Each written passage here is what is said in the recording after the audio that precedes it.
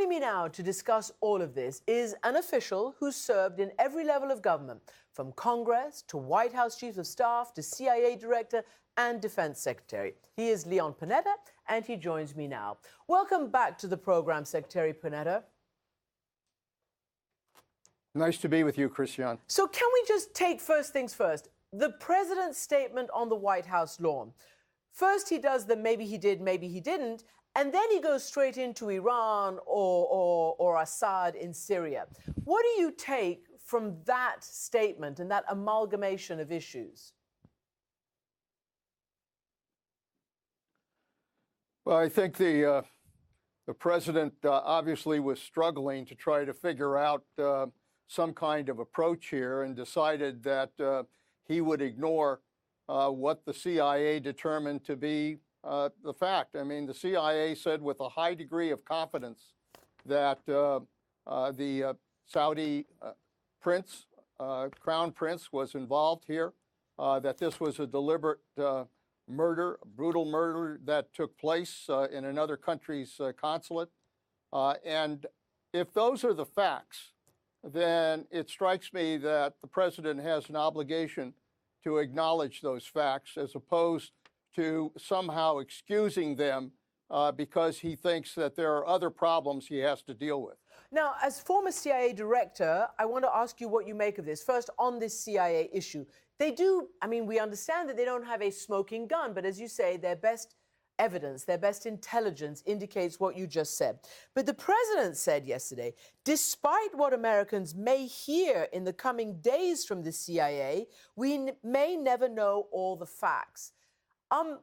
How troubling is that, again, about America's foremost foreign intelligence agency?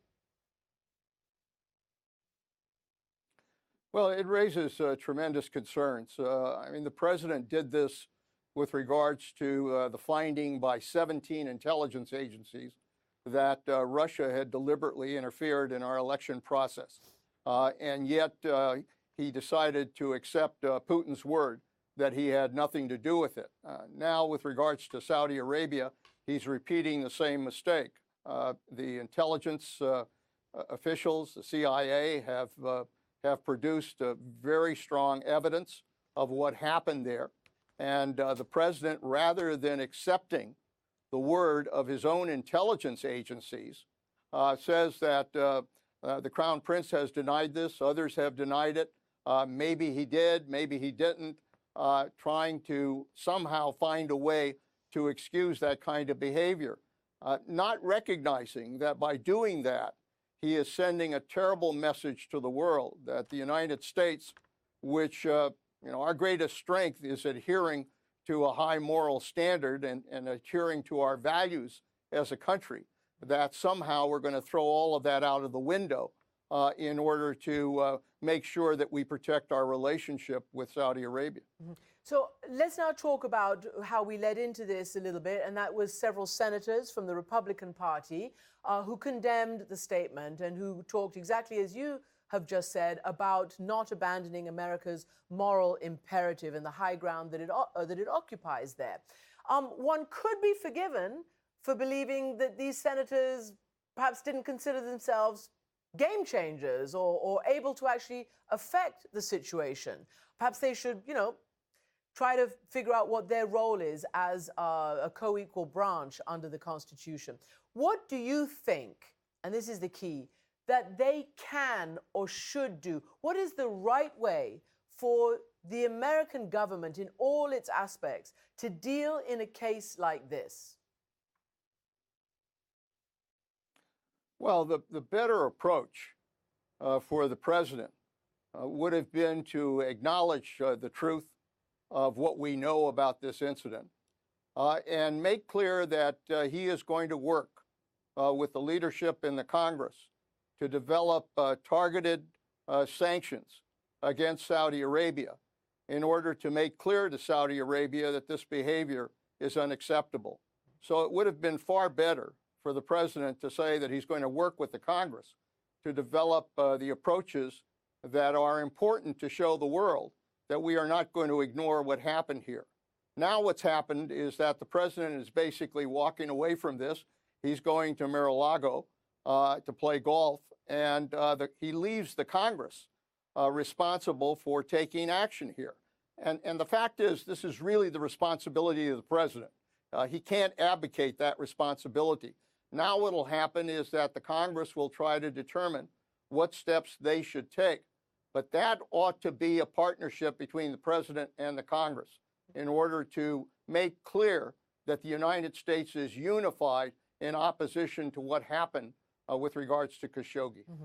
Well, apparently some members of Congress, including Bob Corker, who we quoted there, have sent a letter to the White House calling for the kind of investigation and the kind of answers that could lead to the Magnitsky Act and sanctions under the Magnitsky Act to be enforced. Where do you think they will get with that demand from the White House? Well, the statement by the president yesterday, I think, indicates that this White House is not going to be very cooperative with that kind of effort. Now, maybe that'll change. I don't know. If they recognize that the Congress may very well take action on its own, it would seem to me that the president would want to cooperate with the Congress in that effort. But I think it's important for Congress to move forward, to get all of the evidence that has been gathered by our intelligence agencies as well as others, to conduct whatever additional investigation they feel is necessary. But in the end, to take action here. We cannot just walk away from this. We have to take action to make clear to the world that the United States stands by its values and by its abhorrence to this kind of brutal murder that took place. Before I ask you to think about what kind of action and what kind of precedents there are when an ally commits something so egregious, I want you to explore with us the reasons why, President Trump's reasons why he's sticking with Saudi Arabia, or at least his stated reasons. He tweeted today, oil prices getting lower, great, like a big tax cut for America and the world. Enjoy, $54 was just $82. Thank you to Saudi Arabia, but let's go lower. Okay, that's one thing. Then, yesterday, in the midst of all this, as he was explaining this, he said this about arms sales. Let's just play what he said. This is about America first. They're paying us $400 billion plus to purchase and invest in our country. That's probably the biggest amount ever paid to the United States. We're not going to give up hundreds of billions of dollars in orders and let Russia, China, and everybody else have them. So there you have it. It's the age-old sort of Trumpian transactional response to many, many things. That's his foreign policy, and he's proud of it. It's, as far as he's concerned, it's America first, hundreds of billions of dollars and hundreds of thousands of jobs. But we've done a lot of fact-checking, and we're not the only ones. We've taken it from open sources, that there is no $450 billion of arms sales that have been affected. Apparently, we think only about $14.5 billion, according to the officials so far. There are no hundreds of thousands of jobs that may result. Maybe, according to the State Department, some maybe tens of thousands. So what do you know to be the facts? Because you served under President Obama, and there was a massive arms deal then. And are these reasons good enough reasons for the president to stick with Saudi Arabia? I think the danger here is that, the president may talk about America first, but essentially what he's saying is America is for sale to the highest bidder. We're embracing the values of arms merchants, which is to sell arms to whoever, regardless of what they may or may not do. And that undermines the basic leadership of the United States in the world. The reason we have been leaders in the world is because not just our military power, not just our economic power, but our moral power, and the fact that we believe in a set of values that we adhere to. You can't throw all of that out of the window in order to sell ourselves to the highest bidder. And besides that, this is not about dollars and cents. It's about our national security. It's about our national standing in the world. the fact is that Saudi Arabia, and by the way, the numbers that you expressed are correct. The president may talk about hundreds of billions of dollars of arms sales. The fact is they've only committed to about 14 billion in sales. We've gone through this before with Saudi Arabia. They're not going to walk away from the United States and go elsewhere. They are very dependent on the United States. And so the issue here is, how do you take steps to make clear to Saudi Arabia and the world that what they did with Khashoggi is intolerable and unacceptable, and at the same time, obviously continue a relationship with Saudi Arabia with regards to some of the other issues we deal with? We can do that. The United States is big enough to be able to handle that. After all, we have applied sanctions against North Korea, and yet the president wants to talk to the head of North Korea. We've applied sanctions against Iran, and he's trying to find some way to find a diplomatic solution there. We've applied tariffs to China. We've applied tariffs to Europe, and yet we continue to have a diplomatic relationship with all of those countries. So this isn't a choice between totally destroying our relationship and somehow doing nothing. It is finding that right balance to make very clear to the world that this behavior is unacceptable, and at the same time make clear that we will find ways to continue our diplomatic relationship with Saudi Arabia. That is the proper and most effective way for the United States to act here. Well, I really appreciate that nuance and that diplomatic explanation to what could and should be done. So now let's just continue one of the reasons that President Trump cites, and that is Iran. You heard what he said. Maybe MBS knew, maybe he didn't know, and then immediately he pivoted to Iran. Well, Iran has responded, as you can imagine, with great anger, and it's also somewhat tongue-in-cheek sarcasm. The foreign minister there said, maybe we started the California fires as well. Sort of saying that this is just excessive, the Iran statement in the middle of the statement about Khashoggi. So what about Iran? I mean, what about Iran? Is it a zero-sum game again regarding Saudi Arabia and Iran?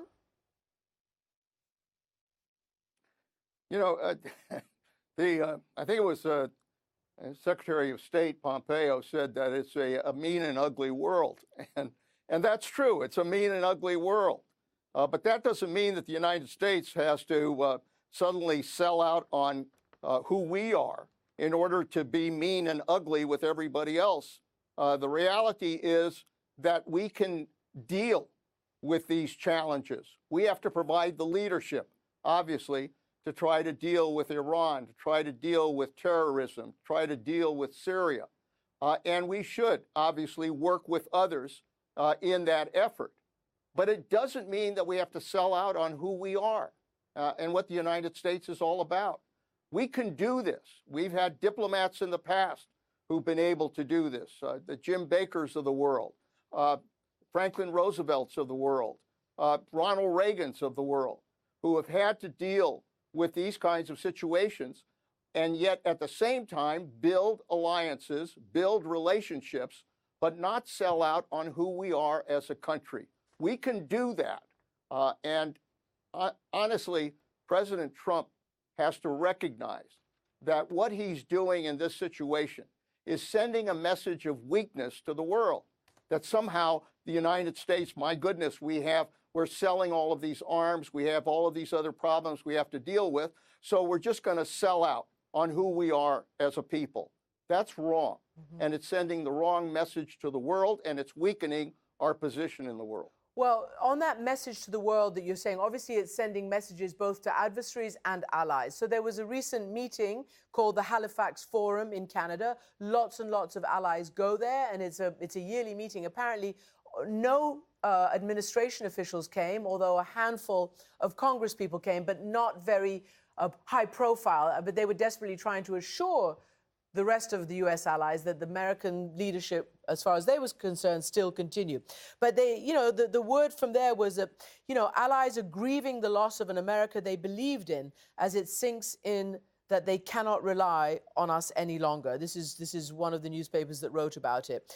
Allies are exhausted. They just don't believe even the congressional reassuring voices or those in the administration. They're tired of tuning into the malicious circus of American politics and policies. They're exhausted with our solipsism and drama and disappointed with our indifference to anyone else's problems and politics. And they are resigning themselves to a world without American leadership. Do you feel that when you talk to people, and what would your answer be? I don't think there's any question that the rest of the world is literally astonished at what's happening with the United States. They don't trust the United States. They see this erratic leader that we have, and they just don't know what direction to take. The United States has been a leader in the free world since World War II. And we have been a leader because people can rely on who we are and what we believe in, and that we will be honest with them about what needs to be done. What has happened with this president is that he has engaged in chaos. He's taken the same kind of approach he did as a New York developer, which is to basically blow up deals, blow up situations, knowing that people would ultimately come back and fix it. That's the way he's approached foreign policy. It's a policy of chaos. Tear up the climate change agreement, tear up TTP, tear up the Iran agreement, impose tariffs. But he doesn't have a strategy how he goes beyond that. So we're dealing with a great deal of chaos right now, and not much in terms of what is the long-range strategy. The real test for this administration is whether or not they are going to ever sit down and develop a long-range strategy to basically resolve the chaos that this president has gotten us into. I don't know the answer to that, and the world doesn't know the answer to that. And that's what makes this a very dangerous situation in the world today. Well, let me just sum it up then, some of how people are viewing it in the United States. The Washington Post CEO has said, of course, of Jamal Khashoggi, for instance, worked for them, that President Trump is placing personal relationships and commercial interests above American interests in his desire to continue to do business as usual with the Crown Prince of Saudi Arabia. At the Committee to Protect Journalists Gala, where journalists who are imprisoned around the world and who have faced a lot more danger now since the whole President of the United States is beating up on journalists. After yesterday's statement, the CPJ said, if you boil the White House statement down to its essence, President Trump has just asserted that if you do enough business with the United States, you're free to murder journalists. That's an appalling message to send to Saudi Arabia and the world. I mean, perhaps that is it. That's as much of an answer as we can get to the question that you've asked. But I wonder whether you can put on your defense secretary hat and talk a little bit about President Trump's love-hate relationship with the military. He's been beating up on the leader, and you were in the administration when they caught Osama bin Laden, so you can talk about this, on the military leader who directed and oversaw that operation. And then, of course, we've got the instance of sending troops down to the southern border to face a non-existent invasion and maybe to just bring them back again once that particular rotation and deployment ends mid-December. Tell me a little first about what you think about the attack on the bin Laden mastermind.